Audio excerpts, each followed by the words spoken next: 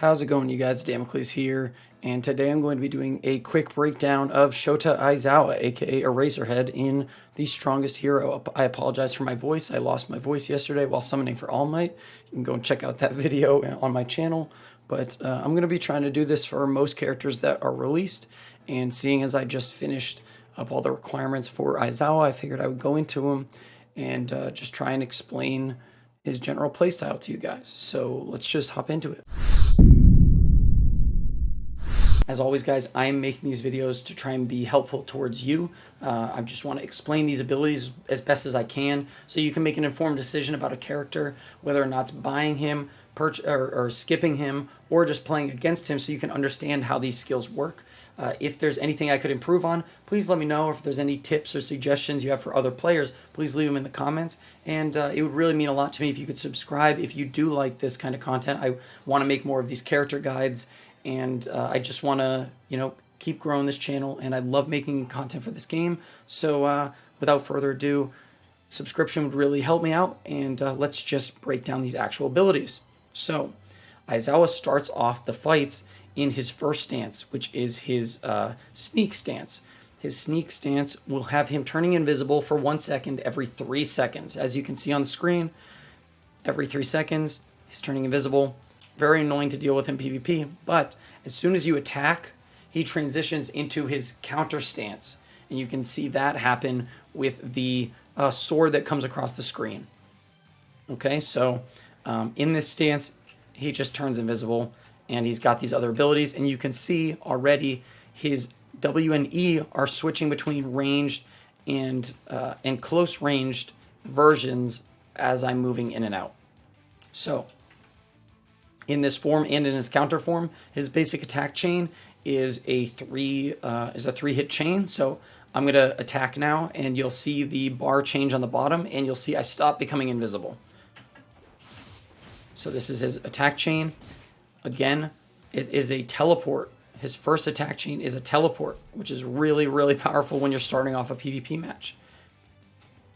Now we are in the counter stage. And you will basically, in a PvP match, you will be switching with his Q between this counter form and his assault form, essentially. So you can see I have the sword on the bottom. Now his basic attack chain is a 3-hit chain, but it's semi-ranged, where he kind of pulls the person towards him and does this 3-hit chain. As for his actual abilities, his W will basically, when you're in close range, it will do a 3-hit attack like that. A very nice thing to combo off of. And then his E will basically do a kick up into the air that can also be comboed off. Very cool. And they both kind of push the person out of range. So as you can kind of tell, when you go and you're playing this character, it's important to kind of switch between those ranged assault modes and the in-close assault modes to maintain combos, because that's what Aizawa is all about. He can apply bleeds with some abilities as well. So when you're outside of range and you use his W ability, it throws caltrops on the ground. When the enemy runs over these, it will cause them to bleed and take damage, and it will also slow them. As far as I'm aware, this also staggers enemies that run towards them, like an All Might character, so he's very powerful when it comes to countering those kind of rush down characters and messing them up, allowing you to open up combos for them. And it causes a bleed that deals like 5% attack damage, and it stacks over time with his other abilities that also cause bleed. And this is his E ability at range. Let me just make sure I'm in adequate range to use it. And this will go and do his patented slam on the ground. And again, this is just a really cool thing where you can go and you can really combo off of it with other abilities and stuff like that. You can basically combo straight into his basic attack chain, and it's very cool. So as you might have noticed there, when you use his E, let me just switch stances again. Hold on. So now we're back in his original sneak form. So we're sneaking around. Okay, but if we go and we are in his dodge form, I guess I should probably show you that as well. So now we're in his dodge form, right? When we get attacked, he's going to automatically dodge, and you can press your combo button to automatically move into a chain attack. And as you can see, this has a 15-second internal cooldown. So I'm going to let this enemy attack me, and you can kind of just see he's getting hit normally. It's very annoying. But now, after that 15 seconds is up, you can go and you can combo back into it. This is what makes him really annoying to deal with in PvP. What makes him incredibly powerful is these windows where he can take damage, but he's also invulnerable. And whenever you activate that dodge, if he gets attacked while he's in that dodge, while he's invincible, he is invincible there, by the way, totally invincible. If you get attacked while you're invincible, it will cause them to be slowed. So incredibly powerful move. And that is essentially everything from his dodge stance, his counter stance. But his E, if you hit everything with every part of his E, his third attack on his E, it will automatically transition you into his assault mode, which is his final mode and his most powerful damaging mode. And you're also going to see, once I switch into assault mode, ambush mode, the bottom skill bar is going to gradually fill up, and that's going to unleash one of his most powerful attacks. So before we hop into that, though, just to show you what Erasure looks like before I soup it up, it only lasts 3 seconds, but it gives him a little bit of an attack boost, and it cancels out enemy attacks. So we're just going to do this. See, it doesn't really last for long. It doesn't really do too much when it's in that mode, but once we power it up, you're going to see how crazy it is. So I'm going to go and use his E right here. You can see I hit it with all three, and it immediately transitions us into his third phase. Now, his third phase is his most damaging phase. His third phase, this turns into a 6-hit combo, and these 2 knife attacks cause bleeds on the enemy. You can see they're still ticking down right now, and this stacks with your caltrops. So you can see it's ticking down. Whoops, sorry, didn't mean to do that one. Let me just show you real quickly again. These last 2 attacks that hit with a knife apply a bleed. You can see it's dealing 193. And if you hit the guy with these caltrops as well, let me see if I can get him to come over to me. No, he's not going to do it. Okay, whatever. Take my word for it. The bleed stacks up to 10 essentially. So you get a lot of clutch kills in PvP by using those bleeds effectively. So this is his most damaging state, and when you're using all of his abilities in this form, it builds up this skill meter at the bottom, and with the end goal being to essentially finish them with your Erasure combo. So you can go and be hitting somebody, you can go and do this 6-hit combo.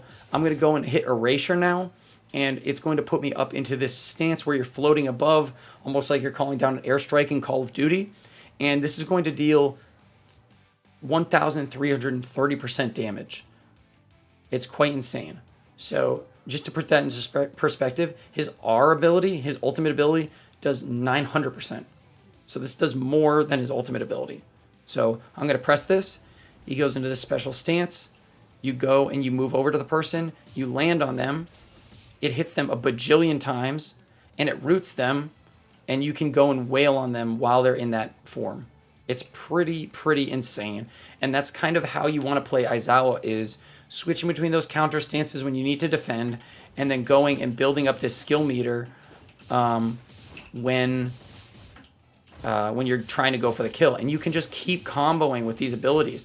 Like you can see when they get knocked away by any of the other abilities, you go and use his E to go and pull them back in. I mean, it's just crazy, dude. It's just crazy. It's very cool and very powerful, obviously.